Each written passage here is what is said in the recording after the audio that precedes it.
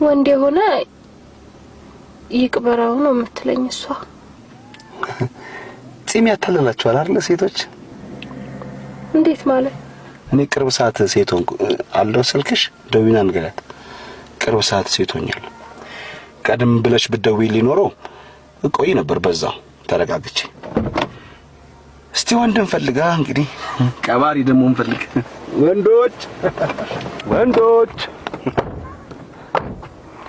ወንዶች የምወዳት ጓደኛዬ ናት። በዚህ ጊዜ ማን ይጠላል? ቦይፍሬንድሽ ምን አላት? ሻወር እየወሰደች ነው። መንታለሽ እንዴ አንቺ? የለኝም። ዳያንን አግኛት መፍትሄ አታጣም እሷ። ሻውን ደውይለት ቦይፍሬንድሽ ጋር። ዳያንን አግኝተን እንደውላለን። ላንቺ ለቦይፍሬንድሽ ለዚህ ለሬሳ ለዲያን ምን ላድርግ? ምን ላድርግላችሁ? ዲያን ቦይፍሬንድ ላግኘትና ሻውን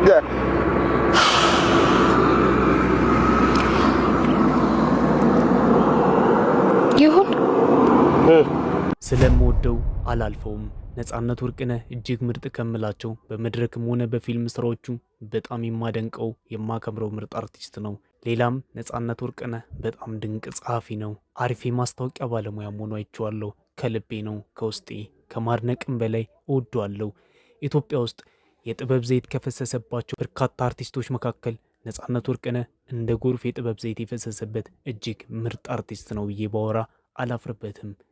ስራዎቹ ሕያው ምስክሮች ናቸው። ስራዎቹን እዚህ ላይ ዘርዝሬ አላሰለቻችሁም። እናንተ ግን በኮመንት ስር ጻፉ። ታውቃላችሁ አሁን ላይ ግን ስለ ነጻነት ወርቅነህ ሳስብ እፈራለሁ። ከቅርብ ጊዜ ወዲህ በተለይ ከመሳሳት የተነሳ የእሱን ፕሮግራሞች መመልከትና መከታተል አቆምኩኝ። ምክንያቱም መልኩንና ያለበትን ሁኔታ ሳስተውል ለእኔ በግሌ ምቾት ይነሳኛል። እስኪ ምቾት የነሳኝን ነገርና ያሰጋኝን ነገር ላካፍላችሁ። እውነት መስሎ ከተሰማችሁም ይህን የእውነት ሼር እያደረጋችሁ ወደ ነጻነት ወርቅነህ ደርሶ በአስቸኳይ በጤናው ዙሪያ ላይ እርምጃ እንዲያደርግ እንደ አንድ አድናቂው ላሳስበው እወዳለሁ። በእርግጥም ከጥቂት ወራት በፊት ወደ ህንድ ሄዶ መታከሙን ከዚያም በሰላም መመለሱን በፌስቡክ ገጹ ነግሮናል። መጠነኛ ለውጥም አይቻለሁ። ከጥቂት ጊዜ በኋላ ግን ፊቱን በትኩረትና በተመስጦ ስመለከተው በእኔ የግል እይታ ትክክለኛ ገጽታ አላስተውልም። የአይኑ ከለር ትክክለኛ ከለር አይደለም። በተለይ ይህንን ፎቶ ተመልከቱ። አዎ መልክ ብዙ ይናገራል። ከምቾት እስከ ጉስቁልና፣ ከጤንነት እስከ መታመም ድረስ ፊት አይቶ ብዙ ነገር ማለት ይቻላል። ስለዚህ የምወደው እጅግ የማደንቀው አርቲስት ነጻነት ወርቅነህ በእኔ እይታ ሰዎች ለመናገር ፈርተው እንጂ በአንዳንዶችም እይታ መሰረት ነጻነት ወርቅነህ ታሟል።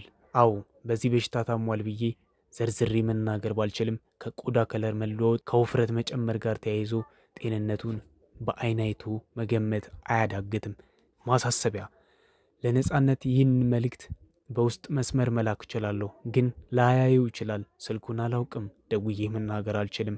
ስለዚህ ነጻነት ወርቅነህ የህዝብ ልጅ እንደመሆኑ መጠን በአደባባይ በቲቪም ሆነ በዩቲዩብ የምናየው የፐብሊክ ፊገር ስለሆነ የታየኝንም ያስተዋልኩትንም ነገር በዚህ መልኩ በአደባባይ ላወራ ተገድጃለሁ። የሕክምና ሰዎች፣ ቤተሰቦቹ፣ የቅርብ ጓደኞቹ፣ የሥራ ባልደረቦቹ፣ የሙያ አጋሮቹና አድናቂዎቹ በሙሉ ነጻነት ሰማችሁም አልሰማችሁም፣ ቢቀበላችሁም ባይቀበላችሁም በአስቸኳይ ከሚዲያው ርቁ። በጤንነቱ ላይ ብቻ ትኩረት አድርጉ።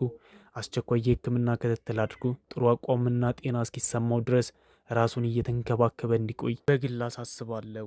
ይህ ካልሆነ ግን እግዚአብሔር የሰጠውን እድሜ በገዛ ራሱ እያሳጠረው እንደሆነ ላስታውሰው ፈልጋለሁ። ረጅም እድሜ እንዲኖር መመኘት ብቻ በቂ አይደለም። ረጅም እድሜ እንዲኖር የሄልዚ ላይፍ ስታይል ስለሆነ ለሰው ልጅ አስፈላጊ ነው። እኔ ወፍሬ ስቃይንም ከስቼ ደስታንም ጤነኝነትንም አጣጥሜያለሁ። ስመሰክር ከማየው ነገር ተነስቼ ብቻ ሳይሆን ከልምዴም ነው። ተስፍሽ ነኝ ከእውነት መንደር። ለሰው ልጆች ሁሉ ጤናና ሰላምን ተመኘው። ኢትዮጵያ ለዘላለም ትኑር። ከኔ ጋር በሌላ ቪዲዮ እንገናኛለን። ቪዲዮ ከተመቻችሁ ላይክ፣ ሼር፣ ሰብስክራይብ በማድረግ ቤተሰብ እንሁን። መልካም ጊዜ። ሰከንድ ስለ ራሴ ልንገራችሁ። በተሰማችሁ ስሜት ብዙ ሰዎች ደውላችሁልኝ ነበረ። አመሰግናለሁ። ስለ እኔ ጤንነት ስለተጨነቃችሁ። ስለ ሞቴም ያወጃችሁ አላችሁ። በቲክቶክ እና በፌስቡክ